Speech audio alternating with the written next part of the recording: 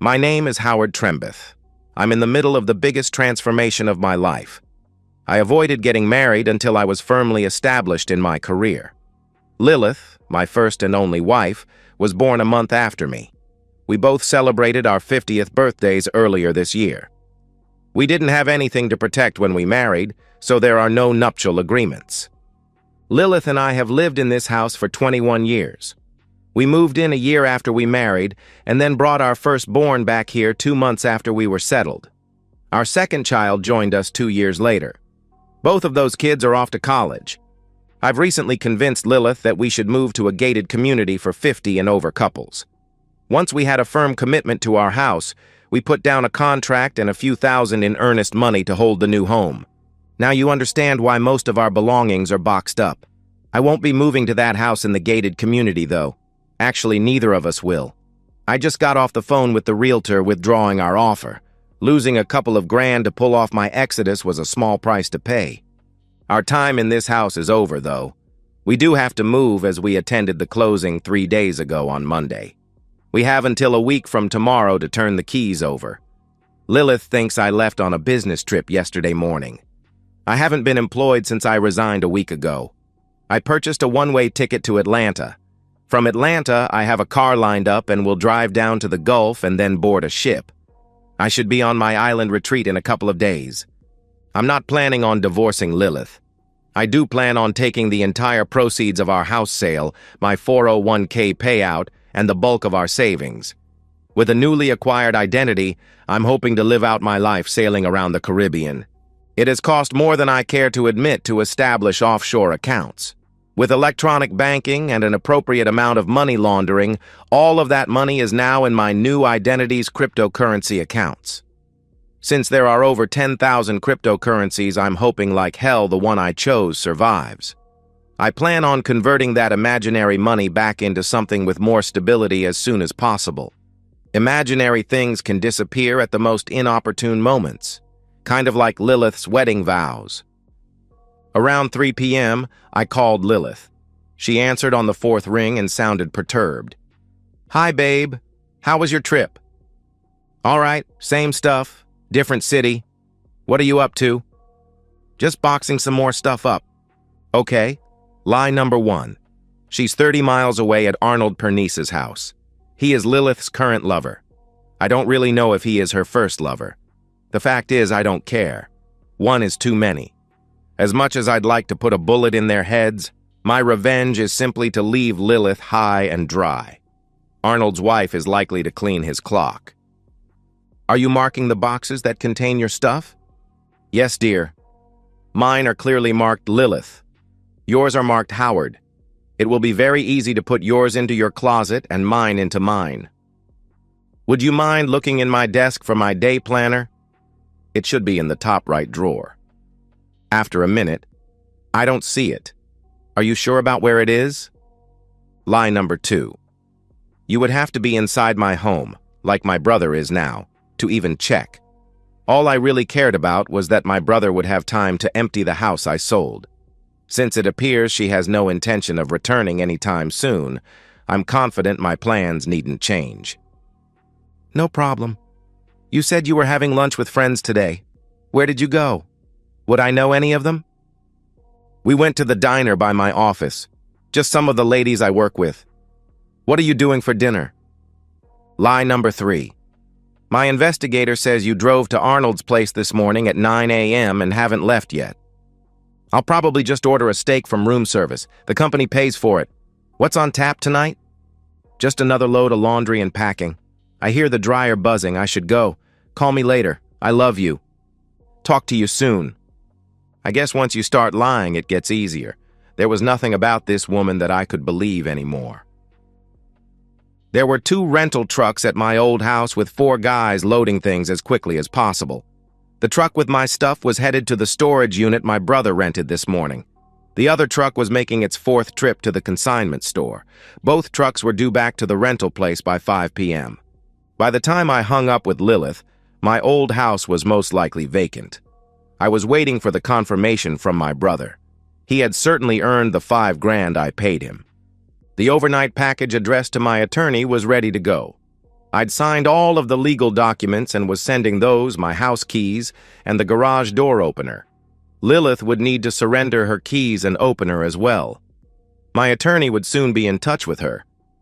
I didn't bother to call Lilith again. When I attempted to talk with Arnold's wife and tell her about the investigator's report, she hung up on me. Such is life. She'll get the report, along with pictures and videos, as it is being delivered by hand today. Then there were the 16 packages that I mailed. Lilith's parents, her friends, her employer, her siblings, and for the hell of it, our kids all got the same package. I did put a note in my kids' packages notifying them that I was disappointed in them disappearing and did not know if I'd ever be back in touch with them. And the package I felt the best about, mailed to Lilith, allowed me to vent. Other than stirring the pot, I'm not sure what I expected to accomplish. Still, it felt good. Lilith, by now you probably realize that your unfaithful activities have resulted in the loss of your marriage. I've taken all of the readily available money. I've also taken what I wanted from the house. The rest of our belongings were delivered to a consignment store to be sold. My attorney has the details. You can claim the proceeds. I don't care about an amount of money that small. Don't bother looking for your jewelry. Those cash for gold places gave me a healthy sum of money. The rings from your aunt brought the most. My wedding band didn't net much, but c'est la vie. That jewelry set you received from Arnold, well, it wasn't really worth all that much. Kind of like your wedding vows. The house is vacant now, and I withdrew our offer for the new house. That was just a ruse to get all of the proceeds for our house. Thanks for playing along. I'm not planning on divorcing you. You can spend your money doing that, if and when you save up enough. I do plan on replacing you as soon as possible, not that you care. I let the kids know that I'm disappearing. Since both were aware of your affairs and kept quiet, I've decided to disown them. I've told them that as well. Hopefully all of those poor choices you've made won't cause you too much heartburn. I did leave you your father's pistol and a box of shells. Too bad you were too busy to join me in taking shooting lessons. Oh well, point and pull the trigger. Got it? If you're going to do something drastic, do it carefully. If Arnold had kept his mouth shut, I might never have found out about the two of you. Bragging to that bartender about his intimate encounters was your undoing. What were the odds he'd stop by my brother Steve's bar? Steve said he immediately perked up since there were not too many ladies with a name like Lilith.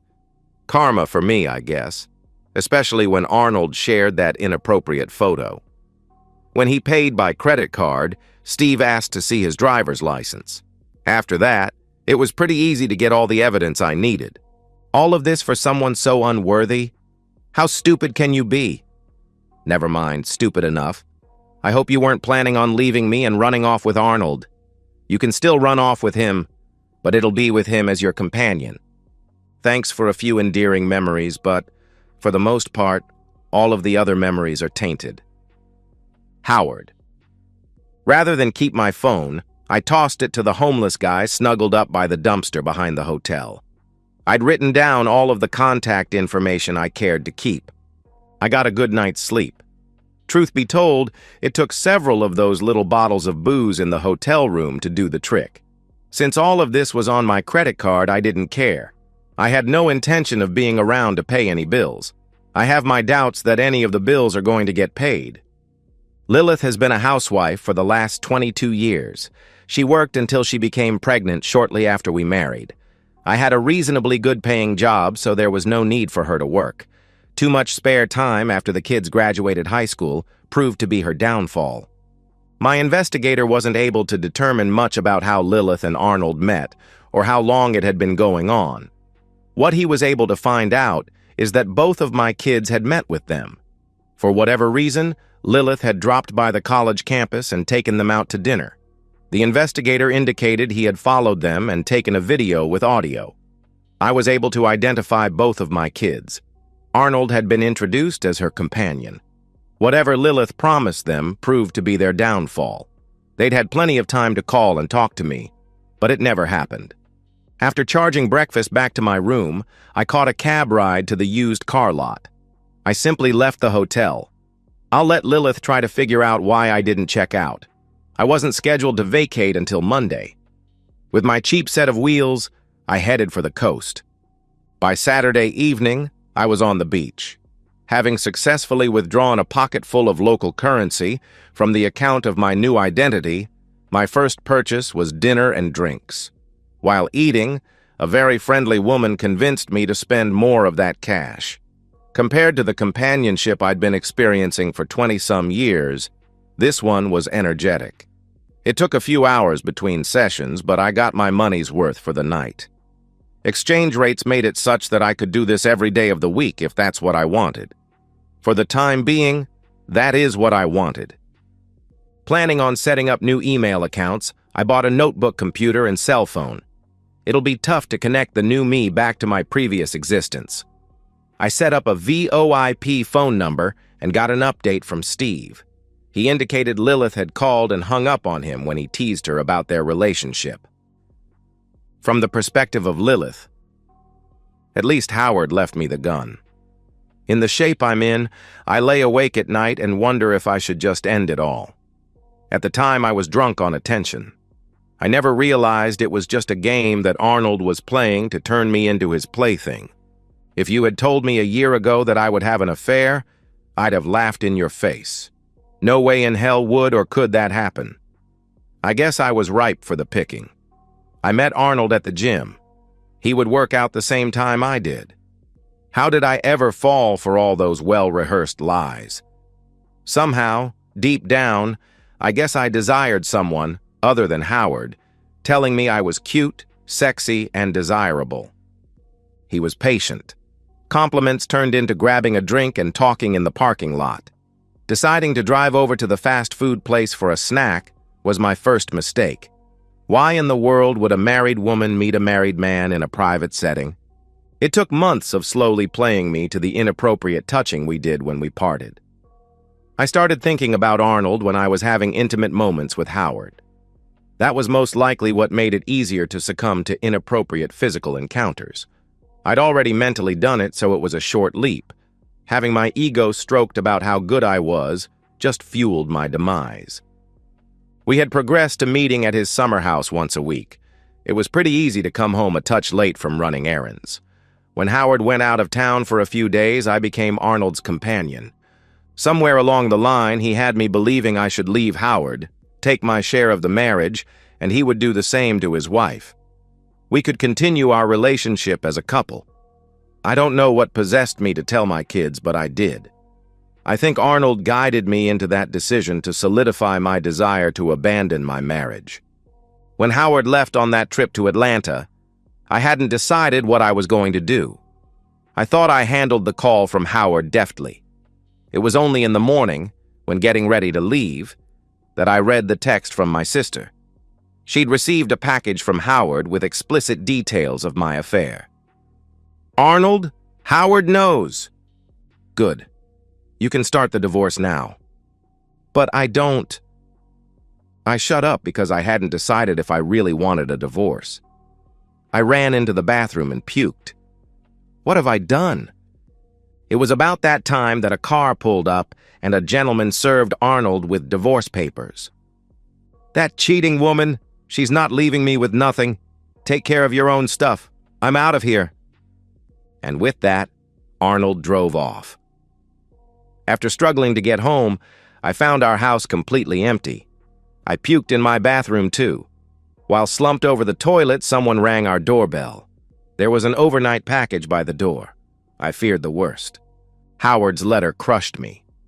I called my kids and told them of the nightmare my life had turned into. Both of them had received packages too. They had video proof of what I had become for Arnold. They were shocked to realize that Howard no longer wanted anything to do with them. I guess they hoped for a chance to explain their reasons to him. I know I did. After picking up some fast food, I headed to the consignment shop. My credit card still worked, which surprised me. Some of my stuff had already sold, and the asshole there said if I wanted my stuff, I'd have to pay a cancellation fee. It was cheaper to buy back just the stuff I wanted. That fast food was no longer being digested. When I called Howard's cell, some drunk answered his phone. The kids had no better luck. I didn't figure Steve would help me, but I had to try. He laughed when I started asking questions. "Tell you what, Lilith, I'll pay you $50 a night to be a topless waitress. You'll need one of those bras that send them your assets skyward. What do you say?" "Screw you, jerk." "Well, don't say I didn't try to help you. Speaking of relationships, I heard yours was given up to someone other than your husband." I hung up on the bastard. This was the longest weekend of my life, sleeping on the floor, then trying to figure out what else I should buy back from the consignment store. The only pair of shoes I had were the ones I wore home that day. None of my makeup made it. I went to the discount store and loaded up on bathroom essentials. I tried talking with friends and family, but Howard had sent them the videos.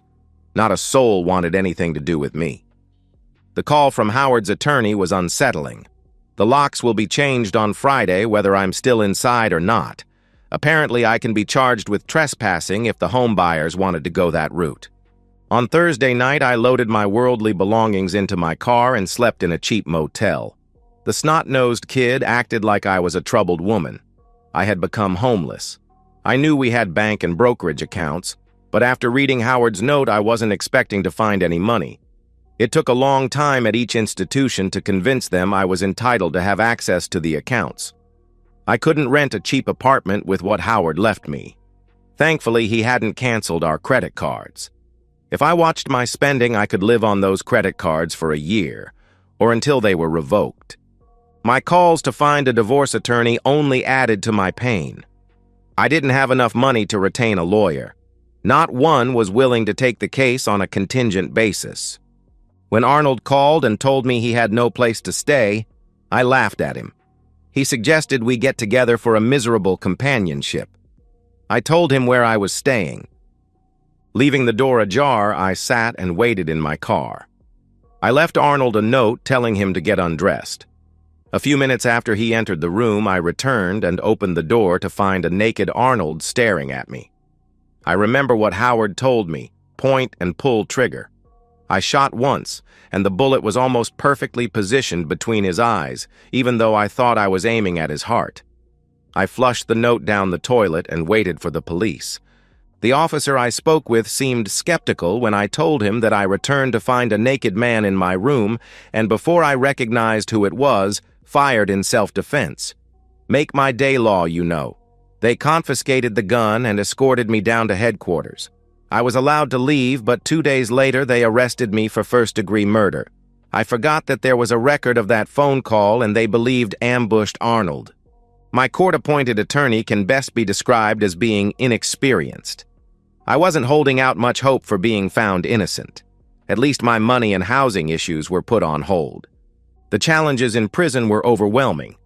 I found myself in situations I never could have imagined, forced into uncomfortable and degrading circumstances. After several nights of intense emotional and physical distress, I reached a breaking point. When confronted by a fellow inmate who was attempting to dominate me, I defended myself violently. I stabbed her and fought back with everything I had. That got me out of that cell, but unfortunately, into solitary confinement. I may not have to worry about the outcome of my trial, as my former cellmate let me know I was in serious danger. When I asked where my dinner was, the guard told me I needed to comply with his demands or I'd starve. After being forced into a humiliating situation, I received my dinner plate. I wanted to die. "Hey, Steve. It's Howard." "What's new?" "You better sit down, Howard. Lilith shot and killed Arnold, then tried to commit suicide. She's in a state mental institution." It was surreal listening to Steve describe Lilith's ordeal. "I'll talk to you later, Steve. My head is spinning." My attorney said he would investigate and I should wait for his analysis. Would I have anything to fear if I returned home? How do I go about getting my money back into the country? He told me to sit tight for a few days and he would confirm what Steve had told me and what my options were. Walking down near the beach, it didn't take long to find companionship for the evening. I was enjoying my newfound freedom. After a couple of hours of entertainment, I eventually retired for the night. It was a good thing I had all of my valuables in the room's safety deposit box. Still, It was money well spent. I couldn't remember her name, but maybe I'd recognize her on the street. Next day, having failed to find the previous night's companion, I found another willing woman. This legal arrangement was working well for me. At a much reduced rate, this new companion provided brief entertainment. I am addicted to these encounters. I don't think about my previous life at all when engaging with these women. I once read that money couldn't buy happiness. Money can buy ice cream. Ice cream brings me happiness. There seems to be a disconnect. Same with companionship. Having a loving wife was nice until she wasn't. Helping these single working mothers seems like the humanitarian thing to do. It has been almost 9 months since my attorney told me I could return. I just don't think that's going to happen. I haven't missed many daily encounters since that first one. Some days I sample various available companions all night long. At lunchtime, when they see me coming, they show interest. Apparently, I've been overpaying, but not in my book. One time I tried 2 companions at the same time, but found it less enjoyable. Nothing ventured, nothing gained, I guess. I still had heartburn about my kids, so I sent them each a greeting card with a quarter taped inside. The next time you are faced with a tough decision, I hope you can find the inner strength and courage to do the right thing. If not, here's a quarter you can flip to help you make your choice. Keep it. It's all I'm leaving you. Lilith is considered mentally unstable and remains in the state institution.